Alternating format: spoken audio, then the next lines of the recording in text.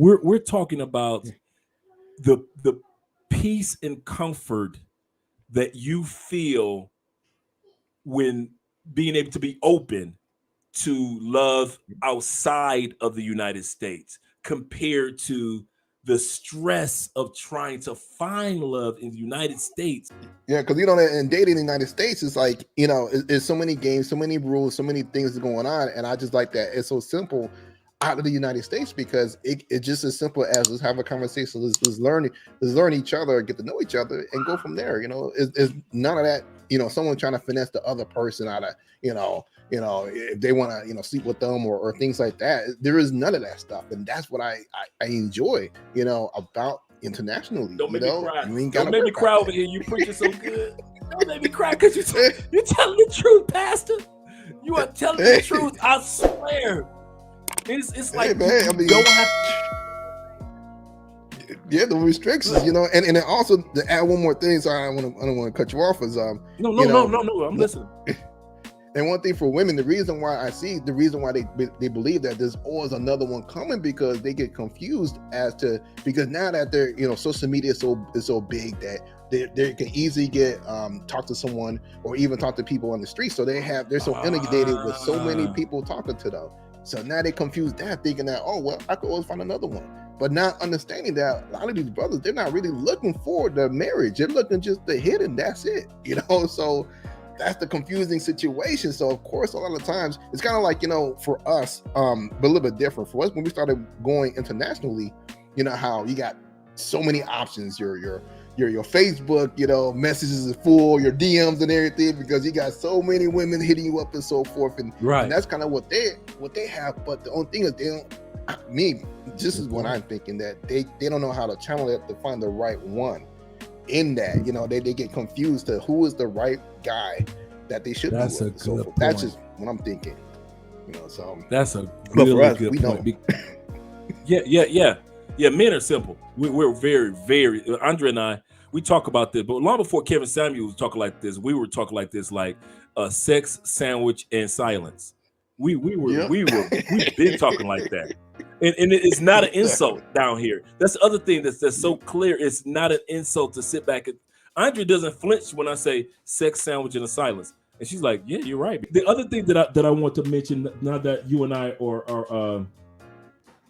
are together, I talked about the fact that in South America, not just Colombia, you notice that sex and sensuality or sexiness or feminineness or femininity opens up doors for women that may not open in the United States. In other words, here in Colombia, you won't find too many ugly, if ever, an ugly police officer.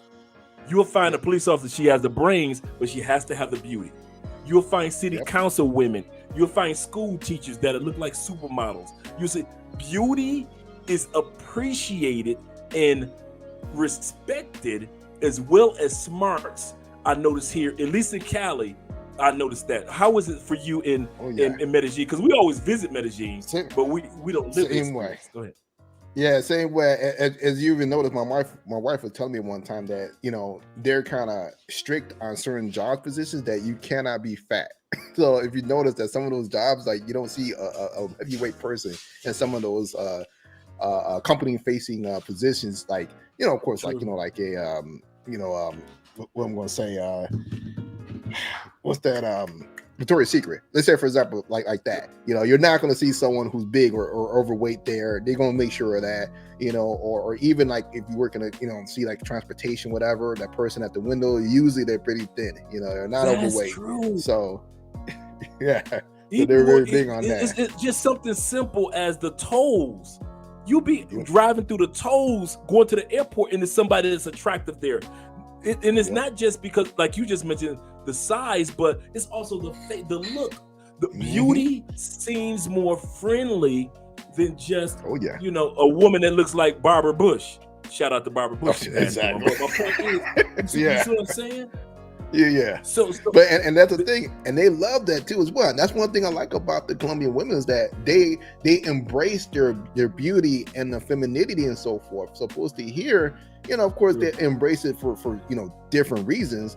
And of course, if you look too long, you catch a case, whatever, United States. But it's like oh, use it just enough. You can look at me just enough, not like how it is in Colombia, South America, different countries, how it's natural. It's all natural. I made a statement earlier about how they treat you is also how they treat or how they treat you as a good man is exactly how they would treat Jose, who's a good man around the corner, how they would treat the males in their family. Their little nephew, their cousin's gonna get, they'll make his plate. When it comes to if you come over to my house, Andrea's making the drink for you and she's making a drink for me. Mm-hmm. There is no, well, I'm gonna make a drink for my man, but then you still sitting there. Andrea's making a drink for any male in the house. And it's part of it's part of the makeup. But guys get tricked into thinking when they go on to DR, to Colombia, to Brazil, that I'm the special one. No, dude. Yeah. She was raised to treat all males like that. So don't get programmed into thinking that because you got American dollars, she's making your plate. No, bro. When you fly back, she's making her granddad's plate, her dad's plate. You see where I'm going with that? Exactly. And I like that because it's respect. They respect male. That's in the culture. That's one thing I love about Colombia, because United States culture is about disrespecting males. That's point blank what it is. So that's one thing I love about Colombia, that they praise male, although you got some bad ones, whatever, it is what it is, but they still respect them. They have respect. And I can tell you my first time experiencing Colombian culture, my first time going down there, I went down and I meet this one guy. He was living there for about already 5 years. His name is Pittman, and he was dating this Afro-Colombian woman. Right. And when we first went there to meet him, man, like she was offering everything to us, from drinks. She made a pudding right there and then, some ice cream fresh, fruits and everything. And like for me, first experiencing that culture, I was like, this is nice. I like this right here. The fact that we got treated well, because of being associated with him, no matter what, being in the house. And I was just like, I love this. This is the culture, of being, nice to you, even though they could be having a bad day or could be in a bad situation, but they still gonna be nice no matter what. And that's what I love about the culture. That is absolutely correct. When I sat back and I saw when Andrea's grandma cooked me fish, she can cook. Grandmothers can cook. It's like that around the world. So she cooked for me.